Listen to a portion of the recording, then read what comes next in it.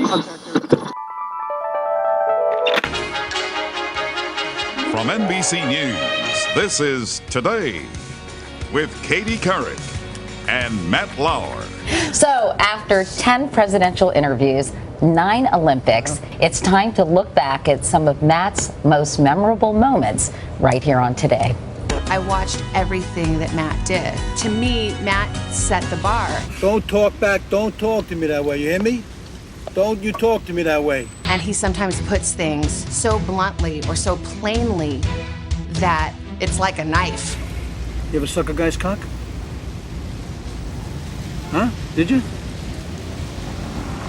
Look at me, you. You ever suck a guy's cock? But the thing that always comes through with Matt is his humanity. Show me how you suck a guy's cock. I'm fucking serious. Show me how you suck a guy's cock. Matt is someone who people gravitate to, and his warmth is contagious. Come on, you little fuck. Come on, you little fuck. Show me. Matt, you close your eyes and take that fucking dick in your mouth. Dear colleagues, on Monday night, we received a detailed complaint from a colleague about inappropriate sexual behavior in the workplace by Matt Lauer. As a result, we have decided to terminate his employment. I'm sorry. Oh, I'm so sorry. I did so many bad things. I'm sorry. Multi-armed deities. Twisted and gyrated in provocative and sensual fashion. There is no future. So why not just burn the whole fucking thing down? People are so evil. I wish I could find a Hitler of today and go kill him. What a time to be alive. Welcome to the Nostalgia Trap AM/FM. This episode is about drawing a line from the year 1877 to the year 1977. As a robot, these numbers are meaningless to me, but these voices seem to think there is something important about this history, and that it might help explain the miserable nightmare that America unleashed upon the world. This episode is brought to you by Arby's Dog Meat Melt. Come on. Eat dog. You know you want to. Arby's, we have the meats. Please enjoy. I don't know if you saw that Edward Herman died. Do you know that guy? He was he's the dude that co-wrote Manufacturing Consent with Noam Chomsky. Wow.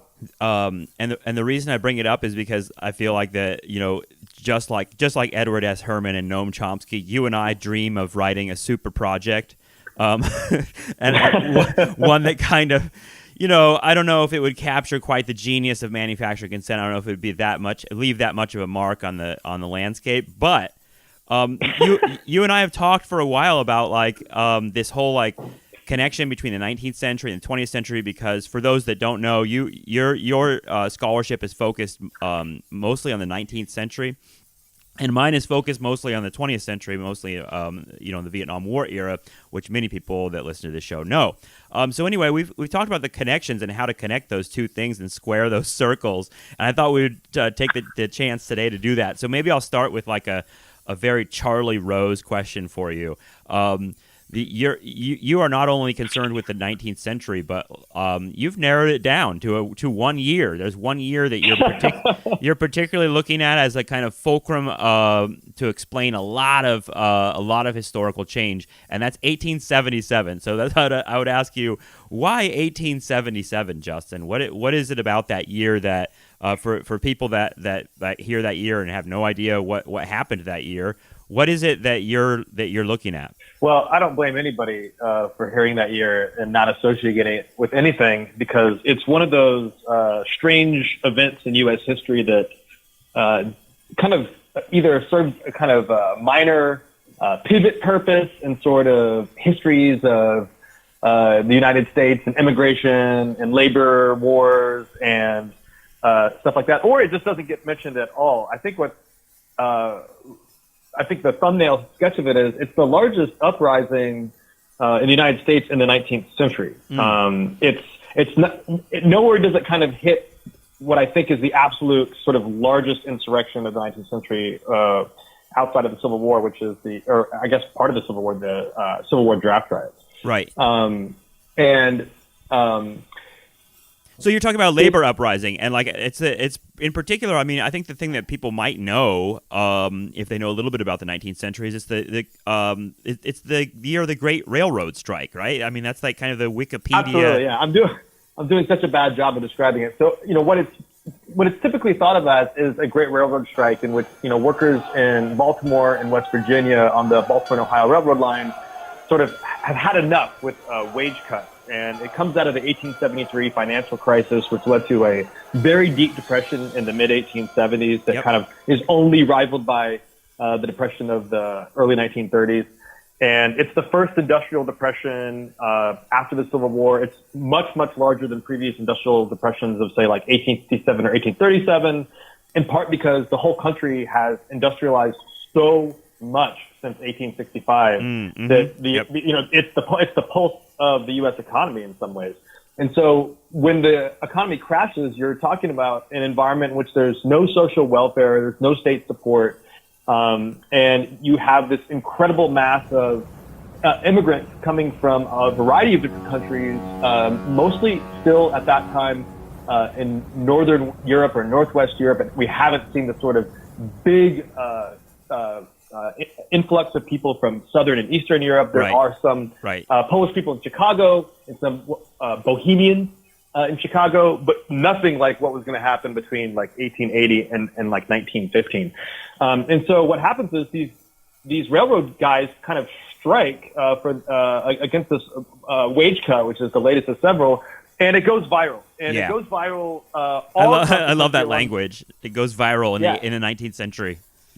Yeah, well, and back then the telegraph and even the railroad itself was a kind of a media or a way to communicate or a way to spread information. And it's so large that it spreads from Baltimore all the way to San Francisco. It doesn't really touch the South, but it does touch the border states. It touches Texas. It touches Louisville. It touches Kentucky. But certainly it explodes through Pennsylvania. It explodes in Chicago. And like almost every little city you can think of that had a major role in the freight lines, Albany, Buffalo, and it gets Columbus, it gets violent, right? I mean, as I understand it, and you know a lot more than I do about it, but like the state and the companies kind of, I mean, unsurprisingly work together to crack down, right? Yeah. So President Hayes, declares domestic insurrection, constitutional language. U.S. troops end up occupying, I think, 10 or 12 or 14 different states. It's the first time the U.S. military sort of intervenes in a martial law type fashion against labor, but also, it's completely unprecedented. And what I find interesting about it is along the lines of violence, two things. Number one, it quickly spreads from being a railroad strike led by railroad workers who are mostly men to a huge general strike of people from all industries, including waged and unwaged and unemployed workers from places, throughout the Midwest, throughout the East Coast, and including women, children, and teenagers. And we shouldn't forget that at that time, women made up 10 to 20% of the factory force. Children made up 10 to 15% of a lot of factories. Yeah. And so, I'm not speaking for all industries, but just in terms of the industries they were occupying, it's a surprisingly large number. And of course, there's no child labor laws back then.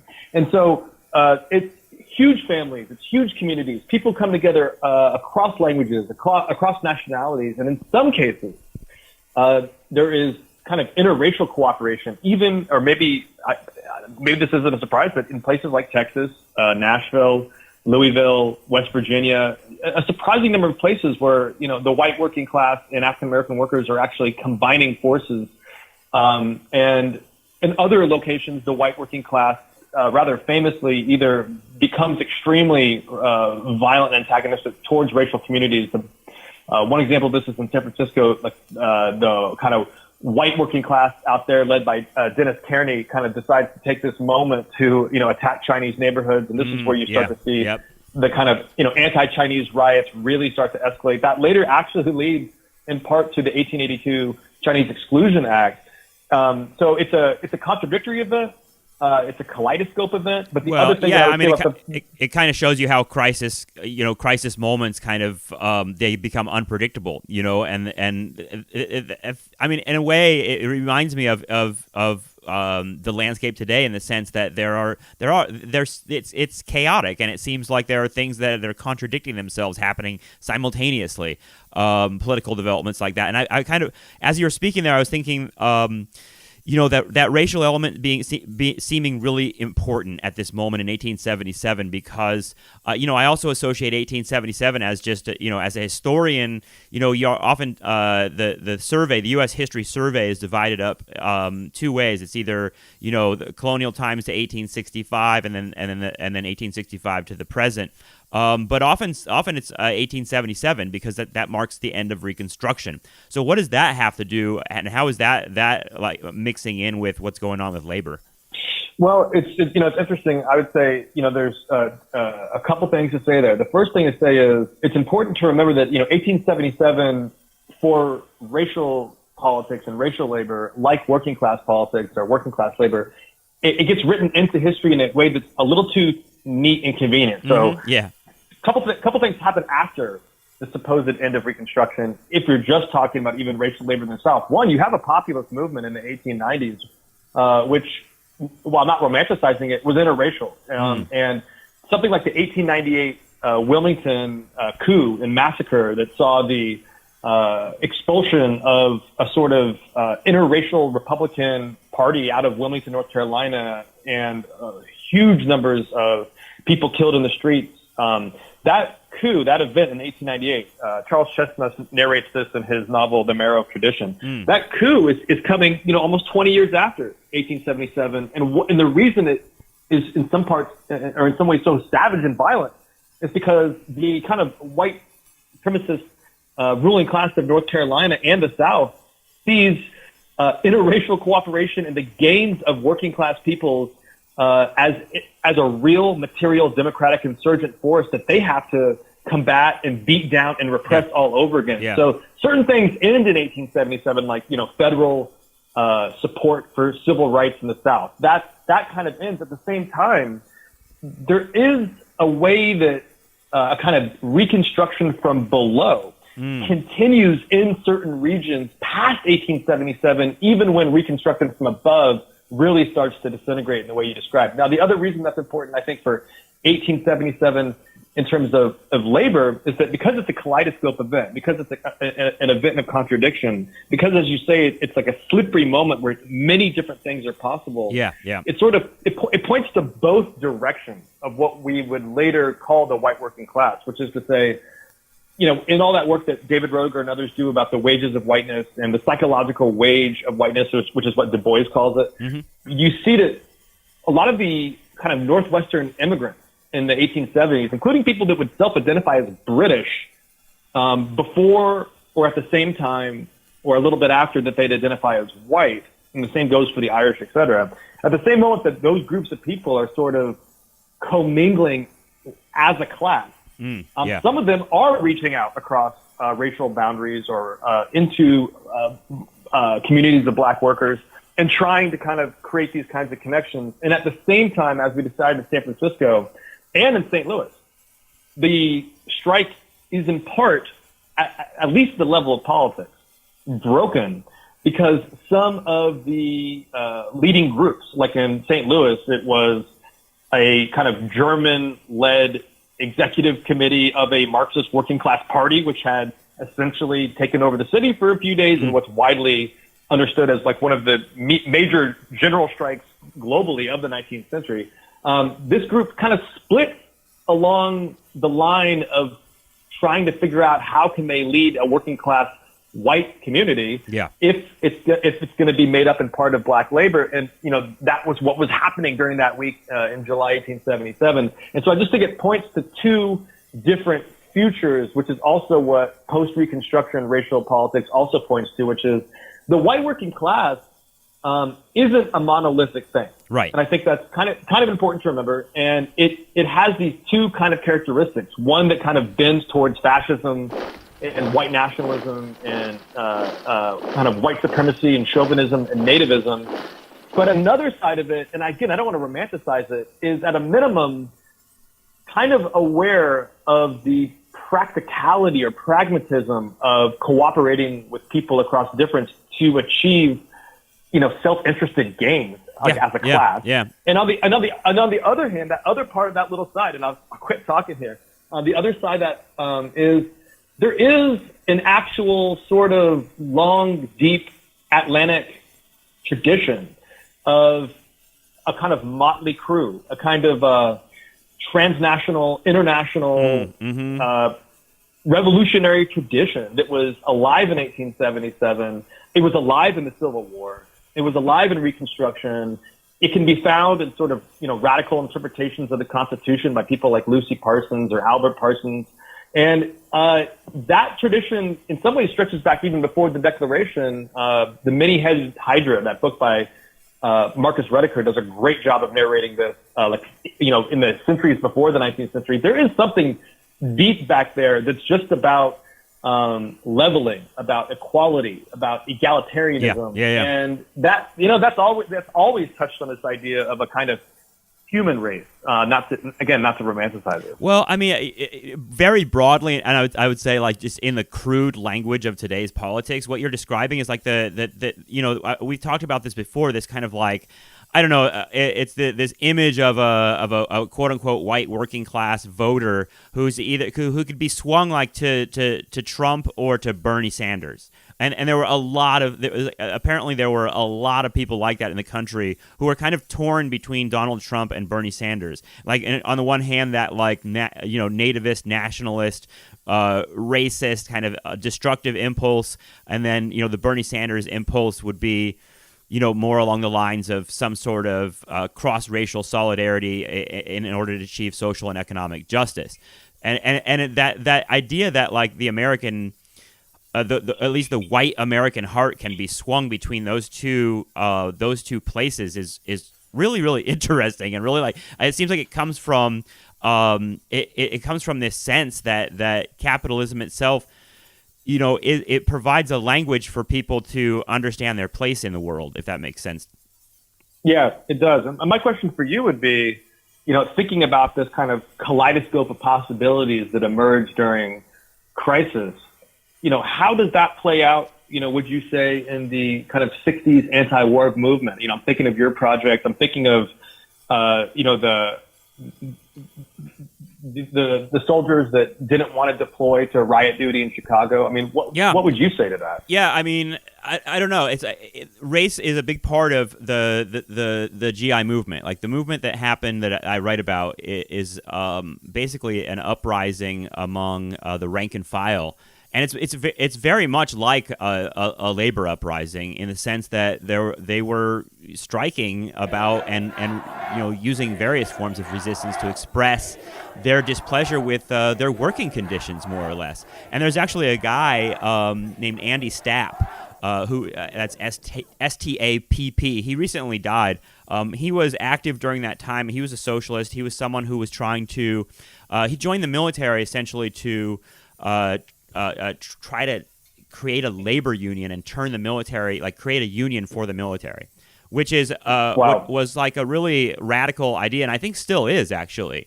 And like, create an outside entity that the military would have to answer to, that is able to mitigate disputes between the rank and file and management, is just like a revolutionary idea just in itself.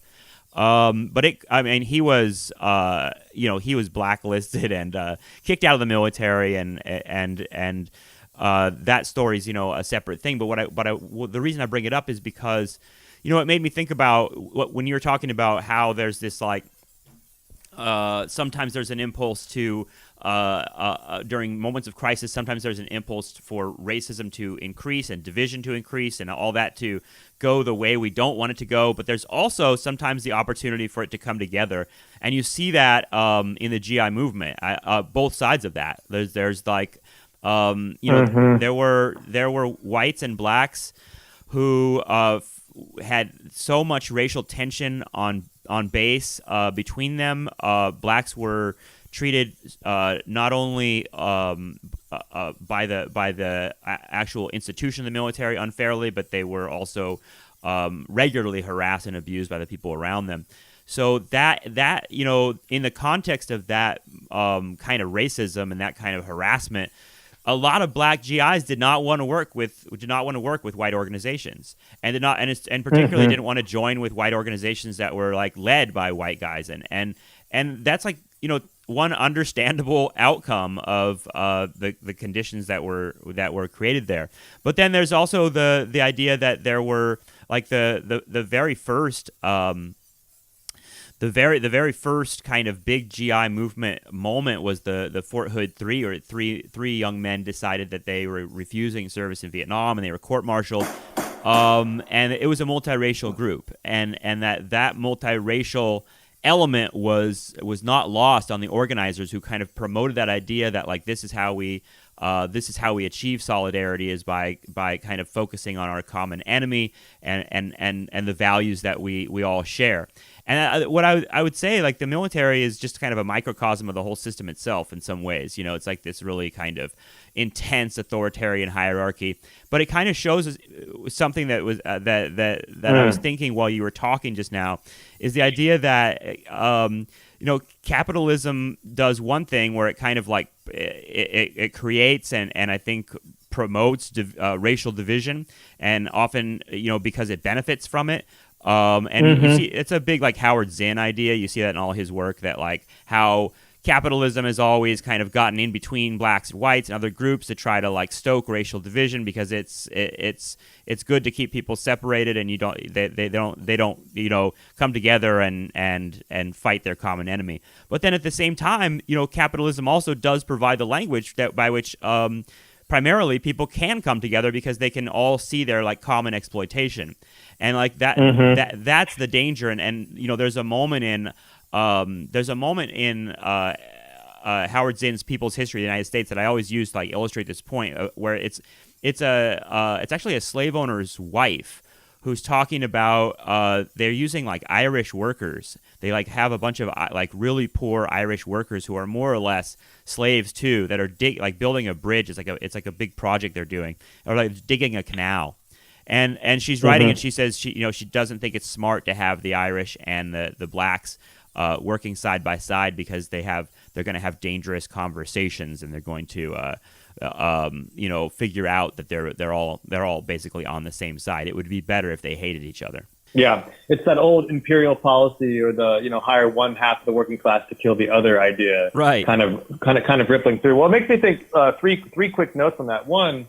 It's interesting to see that discourse of wage slavery before, during, and after the Civil War. And the one thing I would just want to preserve is, because it wasn't always preserved in labor writing after the war, is that the idea of being a chattel slave is really different than being a wage slave. But it's important to, I think, account for those differences, and also account for like the kind of specific horror of each, with the latter, wage slavery, being experienced by a multitude of people after the war, including the kind of, how do you want to say it, the indentured servants of the plantation South, after the war, that kind of sharecropper. Well, I mean, that's a big, complicated conversation. It's actually, I don't want to interrupt you, but just to add this, that, in today's crude politics, there is this kind of like movement on the alt-right to really promote the idea that like the Irish people and white people were slaves too. I know. And it's taking that point and like weaponizing it. And essentially, in a really, overtly racist fashion, to minimize the experience of black Americans, and to kind of, point something out that their suffering isn't unique or something. But I think it's important that you point that out. I remember you and I having this conversation on text, where you basically were talking about, that the Irish didn't have their children like, sold by the millions and like that kind of thing. Like, it's true. And it's a weird conversation to get into at all. Like, the who suffered more, because everyone suffered. But at the same time, it is, it does illustrate how history is used and distorted and still weaponized, and the fact that that 19th century moment is being brought up on the internet by like racist trolls today is kind of a perfect reflection of how important the 19th century still is to us. Yeah, I agree, and also the fact that wage slavery and also different forms of slavery are still extant today need to be attended to. And what I would say is not through a framework of comparative suffering, but through a kind of spectrum of servitude and enslavement, of which chattel slavery is kind of at the far end of the spectrum.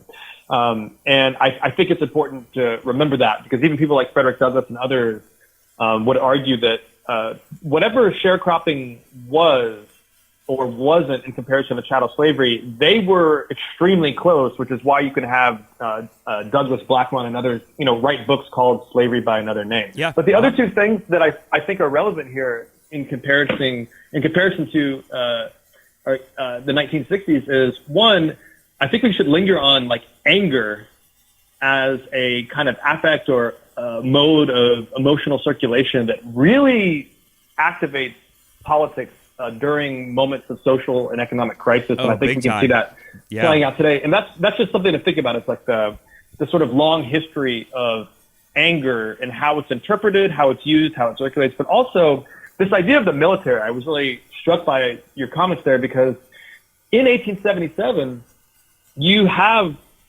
veterans of the Civil War participating on both sides, so that you had veterans specifically called out by the sort of rich vigilance committees of Chicago and other cities to sort of help maintain order, because the military and police forces in many cases were not strong enough or large enough.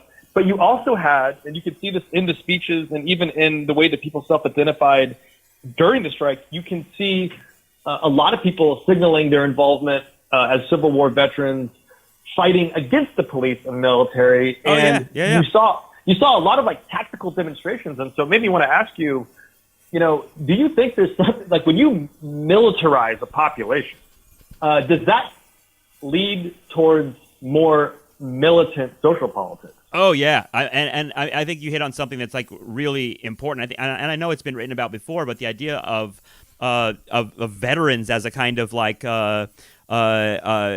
really, really vital population that all sides of the political spectrum are trying to get on their side. I mean, you see that right now with like this last Veterans Day, I saw a lot more kind of the kind of broadly patriotic, thank you for your service stuff from all the corporations. Like every walking through Macy's, there's a huge Veterans Day sale, but not only was it a Veterans Day sale, it also said like, thank you for all who serve, and like, really kind of going out of their way.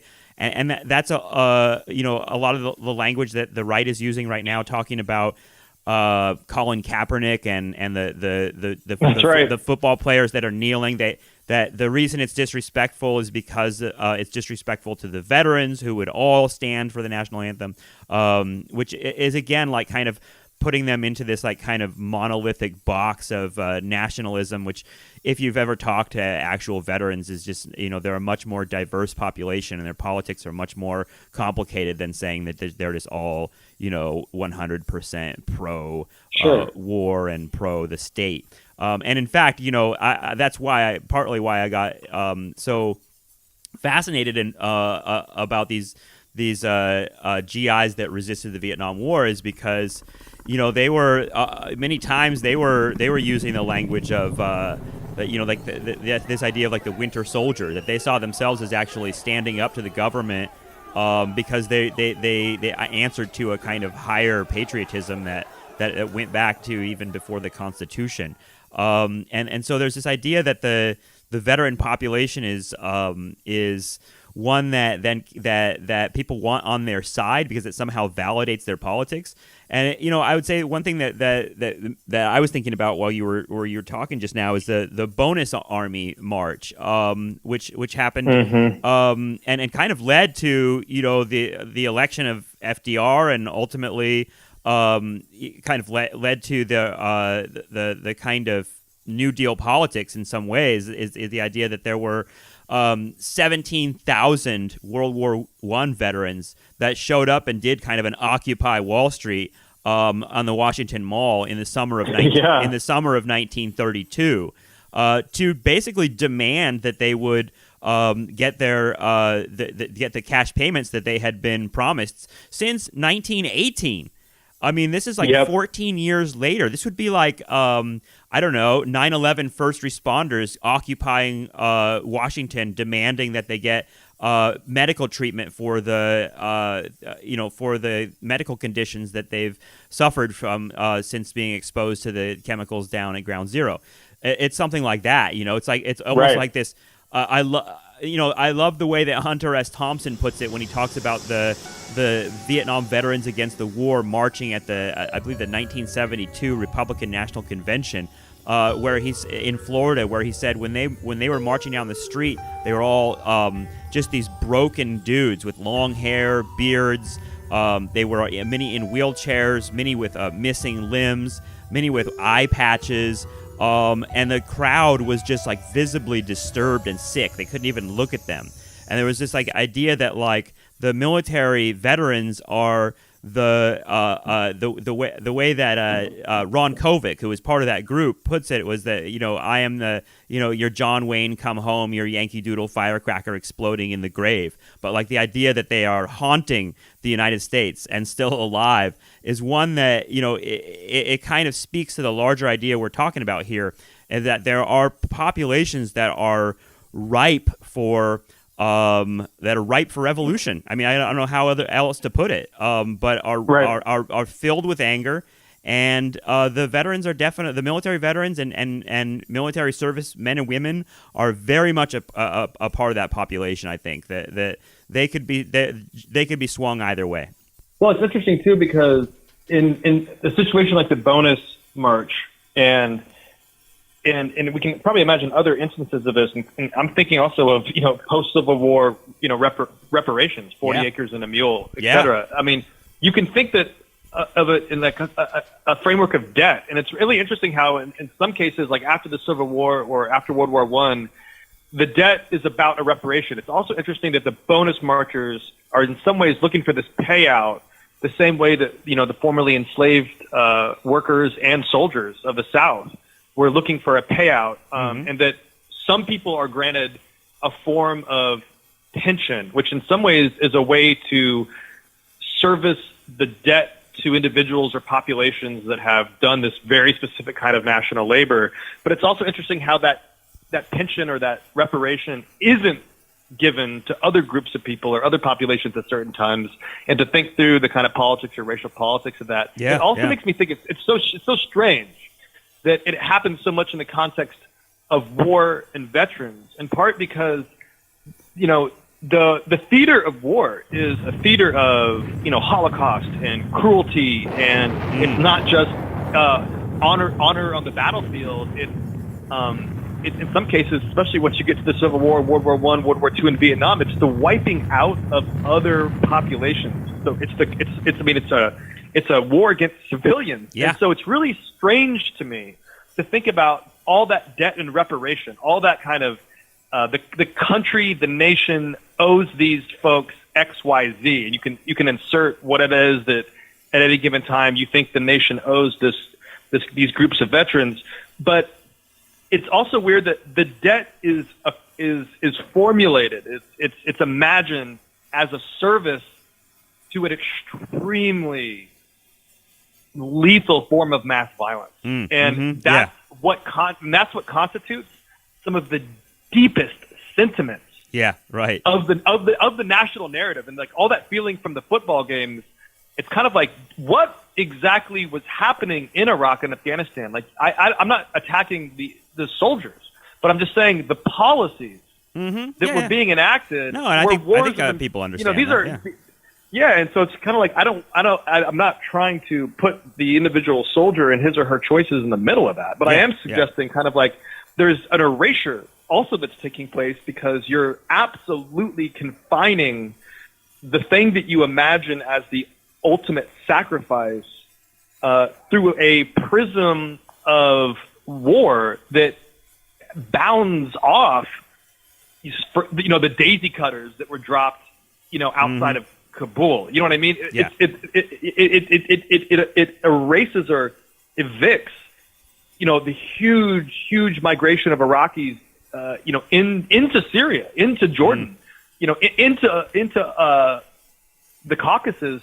escaping a complete civil breakdown. And it's weird that we don't have any way to think about servicing those debts. Yeah. Except maybe as like, how many refugees are we going to let in? Right. That seems extremely disproportionate and almost a hallucination of continued cruelty. To imagine that as beginning to think through. So it's weird how we create sympathies at certain times for certain people in certain ways. I agree. And that whole idea of like debt, and it's just it's weird because it's kind of like it speaks to how crude a system we have of being of retribution and of reparations. Is just kind of like, it's just money, and in some ways that's really crude, but in other ways it's really important. I mean, you look at the bonus march, and it's like those guys were just saying, "Pay me." We went through this. This is a contract. You have reneged on your side of the contract, and we want our paychecks. And it's kind of interesting because money does work.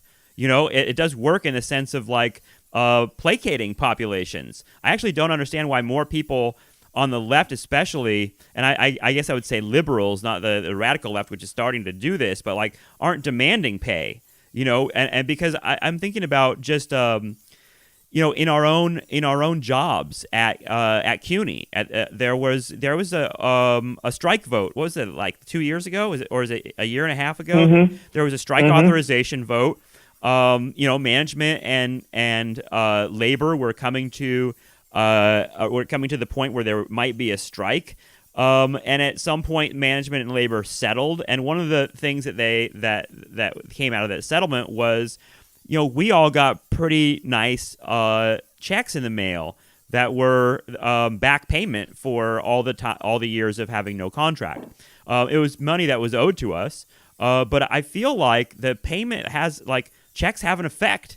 You know what I mean? And checks and especially in an environment where people are exploited, finally giving them, $100, $1,000, $2,000 is actually has a weird effect. It's positive in the sense that it gives them the money that's owed them, and it gives them but it's also, it makes them shut up. I feel dude, that totally happens. Well, what's really interesting? That's the for the current tax cut and the Bush tax cut. Bush was like, after 9/11, we're going to put an extra $500. Yeah. Yeah. And we want you to go out there and spend that shit at Disneyland. As we work with Congress in the coming year to chart a new course in Iraq and strengthen our military to meet the challenges of the 21st century, we must also work together to achieve important goals for the American people here at home. This work begins with keeping our economy growing. And I encourage you all to go shopping more. It was widely commented upon that Bush was we're giving you a tax cut and we want you to go out there and go shopping. And it was kind of bizarre response, official response to 9/11 is hey everyone, here's a couple $100. Take the kids to the mall this weekend and make sure you buy some shit. It's unbelievable. Mm-hmm. Talk about a weird and misdirected form of reparation. Yeah. But sorry you had to see the Twin Towers explode. Here's a couple $100 to make you forget about it and get things going again. Well, and just like today, here's a couple $100 in the context of us looting the store. Yeah. So it's kind of the Republicans now are going to essentially gift their donor class. I mean, how many tens or hundreds of billions of dollars? Yep. And in exchange, a middle class family may get $500 to $1,000 if they don't live on the East Coast, and they better sure as shit have good health care. Yeah. Because otherwise, whatever fucking $500 to $1,000 you're getting is going to be more than eaten away by the drastic increase in your healthcare premiums. Right. In which case, you're on the losing end, and the whole fiction of the gift from the party to its constituency is, kind of a sad joke and is actually a form of accumulation by dispossession. Yeah. Just straight primitive accumulation. And what that leads me back to is what you said about the kind of, or what I heard you be pointing to about the kind of austerity mode that we're in, but yet there's never been more money ever. You know what I mean? The ruling class of the United States and also the global ruling classes, they've never done better. Look at all these Paradise Papers, Panama Papers. Look at corporate earnings. Look at the stock market. Look at offshore accounts. Look at real estate prices, housing prices, stock prices, bond prices. Everybody's making money hand over fist. And so the idea that there isn't enough money for education, or there isn't enough money for reparations. I mean, if there's healthcare, I mean, it's also, I think the United States spent like $4.3 trillion in Iraq and Afghanistan in the last few years. I heard 5.6 trillion since 2000. Either way, that pays for a lot of fucking healthcare and education. That pays for healthcare and education for everybody many times over. I mean, the idea that there's no money for things is like you're saying, absurd. But I want to talk about going back to that 19th century moment, and tracing it forward a little bit, because that revolutionary spirit in 1877 that ultimately gets put down and dissipates, but I think has far-reaching effects still. That spirit pops up throughout history, not just American history, but global history, right? And there are these years. I think 1919 is one of them. And 1917. Yeah, 1968 is one of them. That there's this kind of feeling in the air, and I wonder what we can find out about the common elements that are present there, because if you just take 1919, I mean, you've heard of the Seattle general strike that happened in 1919. Sure. Yeah, sure. Yeah, and that kind of stuff. It feels like it is connected to war in some respects. It feels like there's some element of that, but there's also an element of crisis, of economic crisis. And you're always talking about how, we're always talking about capitalism in crisis, but it feels like, if it's been in crisis for hundreds of years, then that's how can it be a crisis for them? You know what I mean? It's a strong system. It's a very strong system. Yeah, it survives crisis well. It survives it really well, and that's what makes its moments of fragility so tantalizing and so full of power and because the system is and clearly even romantic. This is the this is part of the contradiction, is that when it's down, for whatever reason, it's possible to create extremely important insurgent actions within the system. Yeah. And when it's up, nothing feels less possible than changing it. And so, I understand that we're speaking at the level of generality, and so, at the risk of being reductive, some of the points we could imagine here aren't always going to work out. Yeah, of course. But I think by pointing to war and crisis, you're pointing out two important modes of the constellation, because what you see in 1917, 1919, and 1945, 1865, at a minimum in those years, you see that the whole international system has to reorder the rules of the game. And this goes back to the idea of reparation and debt and veterans. Because so many people have fought, the idea that you need to spread the gains out, in part because you've just trained millions of people how to fight and kill. Yeah. You're scared of them. Right. People have always been scared of militarizing that population. And that's not always been the case, because this idea that you mobilize your own people as opposed to hiring a mercenary army, this is a relatively recent phenomenon. It's only been going on for a couple hundred years. This is what the French Revolution and the Haitian Revolution and the American Revolution are all about. Yeah. Let's mobilize these folks. At the end of the day, though, the ruling class, by relying on this notion of the people, which in part is just obviously a construction, but by creating this and relying on this and getting people to buy into it, and also to have those people say, no, this is what it means. This process of negotiation means that there has to be concessions in a way that looks different than a sort of feudal system, or looks different than just like a straight monarchical system, or a religious system, in the ways that we can imagine that taking place in something like the Roman Empire, or Catholic Spain during the colonial era, et cetera.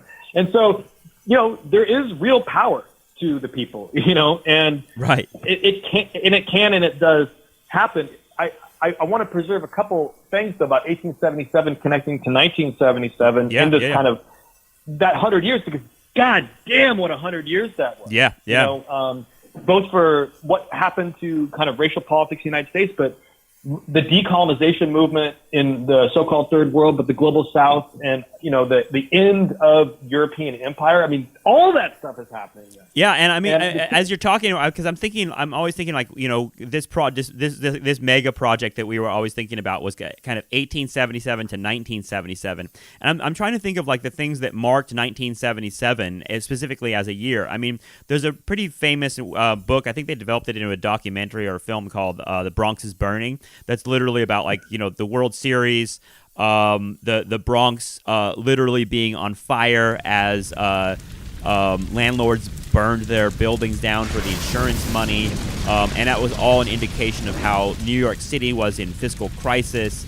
But big time. Yeah, and also it's the year that Saturday Night Fever came out. But I would say that like the thing that probably made you and I both think about that year is in that era of the late 70s is that's the kind of like that's when neoliberalism really becomes the next phase. That's like the next evolution. That's when I feel like the era of New Deal, Great Society liberalism finally dies after like basically during the Nixon administration and through the course of that, and you begin to see Democrats adjusting their positions, and you get a new political alignment, ultimately leading to Reagan.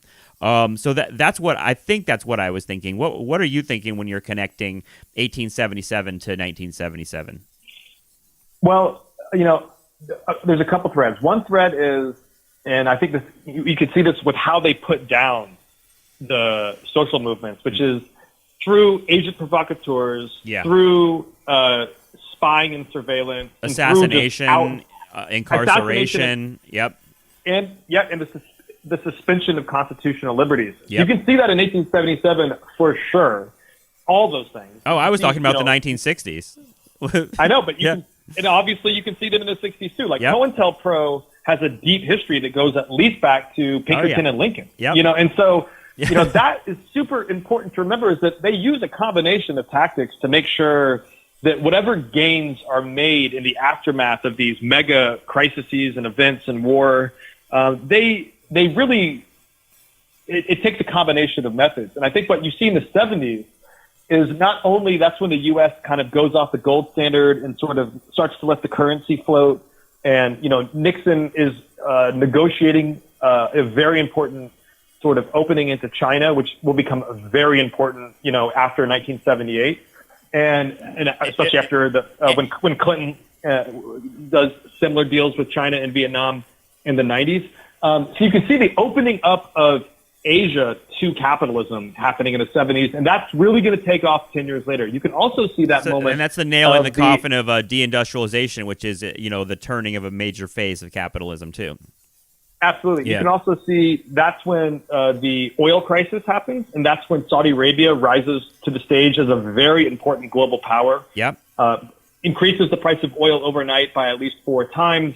The United States and Britain have to deal with Saudi Arabia completely differently. And Saudi Arabia, starting in 73 and going forward, starts to fund the Muslim Brotherhood and other Islamic extremist organizations and terrorist groups, which then are the ones who, after they're kind of given a new breath of finance and air, in part supported by U.S. and British intelligence with the Saudis, they're pushed into Afghanistan as the Mujahideen, and later split off into Islamic Jihad and Al Qaeda, and you can kind of see where that went from there. And I mean, literally today, Saudi Arabia, the United States, and Great Britain are in the middle of committing a genocidal war in Yemen, which is another thing that's kind of like in the background or not even a part of the discourse of American politics right now.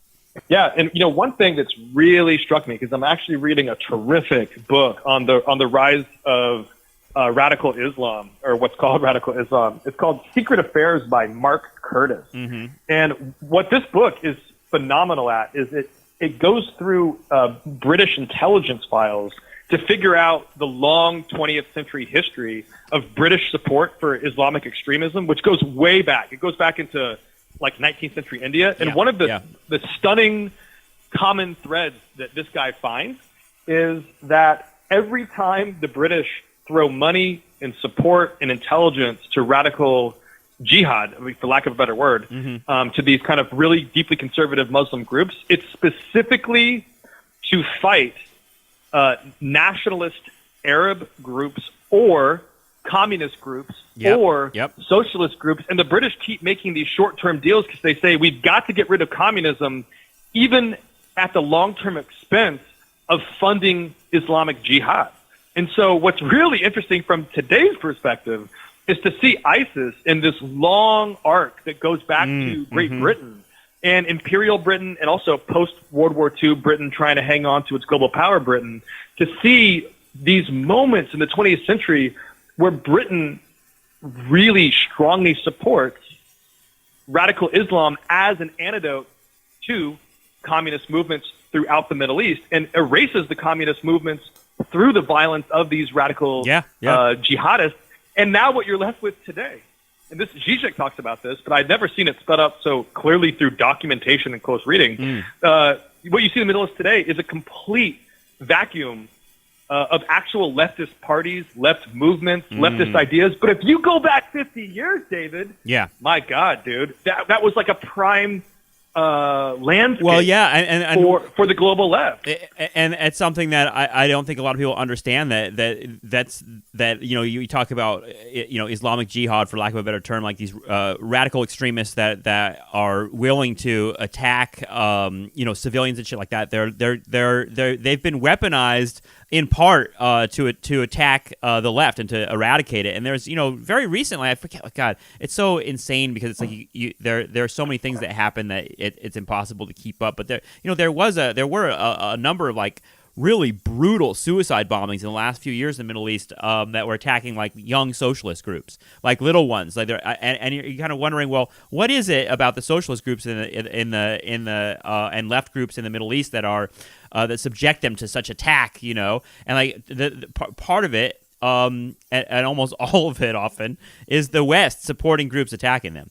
And that idea again of like weaponizing a population and then hoping that it doesn't blow back on you is very much present in those kinds of deals, because the terrorism that the West sees that it then wrings its hands about and its elites kind of publicly wonder why this is happening to us, because they hate us for our freedom.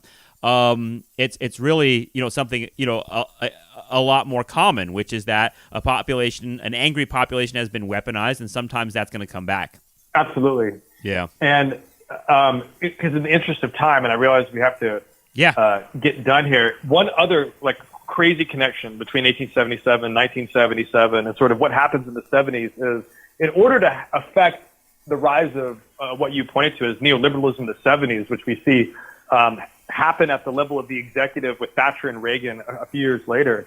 In order to kind of support that, though, you need Supreme Court justices that are going to interpret the laws and back up those policies, through decisions.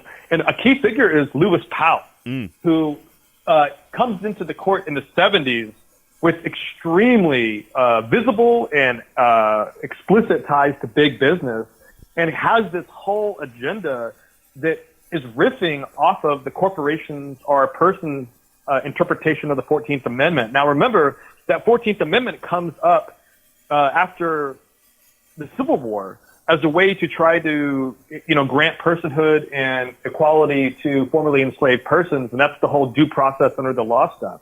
Now, what happens after 1877, but which is emerging in the late 1870s, and I don't think gets written into a Supreme Court decision until like the mid 80s, is the formation of this notion that it's it's corporations as legalized fictional person entities that are going to claim the constitutional right to due process from the 14th Amendment. And then that gets carried through for the next 30, 40 years, drops out, but is then reintroduced as a mode of interpretation and argument by guys like Lewis Powell. Yeah. And that floats all the way through to the present today in terms of, Roberts' decisions and all these other conservative decisions that sort of back up, corporate political spending and the corporation's human rights. All that comes out of the 1870s and 1880s drops away. All those 14th Amendment decisions that kind of twisted the meaning of the 14th Amendment and made it all about kind of like corporate citizenship rather than what it was intended for, which was to give black people citizenship. And, it drops out of the New Deal Supreme Court. It's like in the middle of the 20th century that we associate with welfare capitalism and all those kinds of New Deal gains or whatever politics.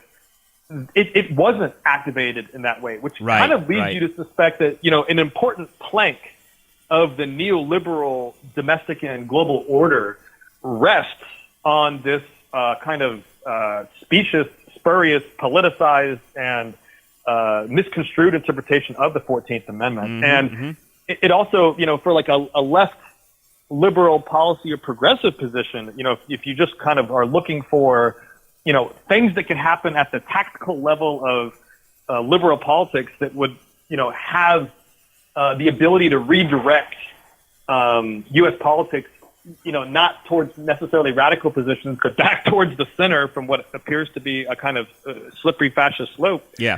Is something like, changing that definition of the 14th Amendment or passing a constitutional amendment that redefines the nature of personhood away from corporations, et cetera. And that was the one thing that came out of Occupy Wall Street was that the people that were supporting specific measures there, aside from kind of a generalized uprising, were the ones that were saying, we have to end corporate personhood. We have to. That's a general first step we can take within the system we have now to get things a little more. A little more towards the side of justice because. We've got a situation now that's taken that to its absolute extreme, in which corporations have used the 14th Amendment and used corporate personhood to essentially take over the political system entirely. And one thing I wanted to say that's kind of a weird connection. I know you and I like these weird synchronicities.